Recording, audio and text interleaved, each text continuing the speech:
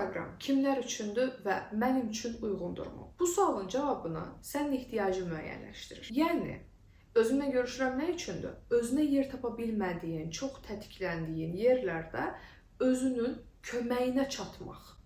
O yardım qışqırıqları deyək biz buna, o yardım qışqırıqlarına çatmaqdır. Və sən əgər özünə yer tapa bilmədiyin zamanlarda özünə kömək eləmək istəyirsənsə, bir növ başqa sözlə desəm, özünə yer tapmağa ehtiyac duyursansa, çox tətiklənmirsən və o tətiklənməni idarə eləyə bilməyə ehtiyac duyursansa, özün üçün orada olmağa ehtiyac duyursansa, özünə yer açmağa ehtiyac duyursansa, özümlə görüşürəmi əldə edə bilərsən. Çünki tətikləndiyin zamanlarda özümlə görüşürəmi gəldiyində sən tək başına qalmırsan orada. Əksinə, mənim səsim səni prosesə daxil eləyir, hansı ki o prosesdə sən həm anlayırsan nələrsə və həm də duyğularına təmas edirsən. Prosesi idarə eləyirəm və ondan sonra prosesi bitirirəm və bu sadəcə 10 dəqiqə, 11 dəqiqə çəkir.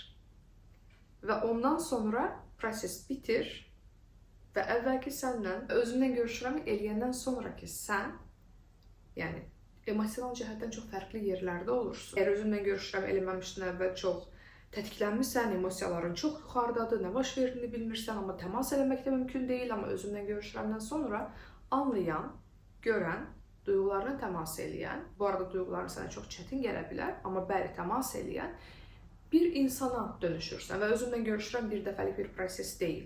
Yəni, burada həm də məncə o suala cavab vermək lazımdır ki, özünlə görüşürəm kimlər üçün deyil, özünlə görüşürəm. Çox qeyri-real gözləntiləri olan, məsələn, bir dəfə özümlə görüşürəm eləyəcəm və həyatım dəyişiləcək deyən, belə bir gözləntisi olan insan üçün özümlə görüşürəm uyğun deyil.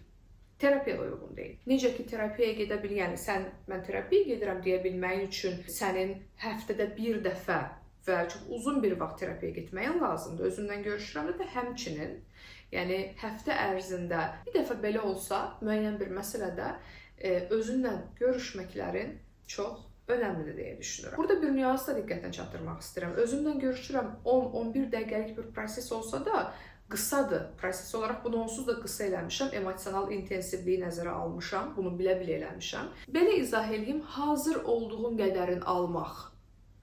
Hazır olduğun qədərin. Bu çox önəmlidir, qısa tutmaq adına. Bəzi insanlar özümdən görüşürəm, fərqli şəkildə istifadə edə bilirlər.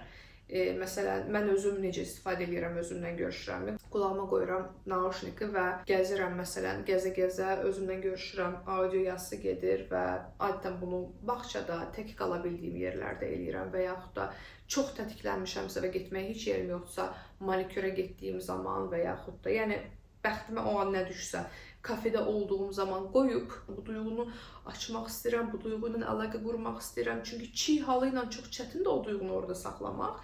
Və nə edirəm? Duyğunu bişirirəm, özümlə görüşürəm, açıram, dinləyirəm, anlayıram, təmas edirəm və rahatlaşıram. Sən də özünlə görüşürəm, müxtəlif şəkildə eləyə bilərsən. Məncə bu videodan sonra sən başa düşürsən ki, özümlə görüşürəm, sənə lazımdır, yoxsa deyil.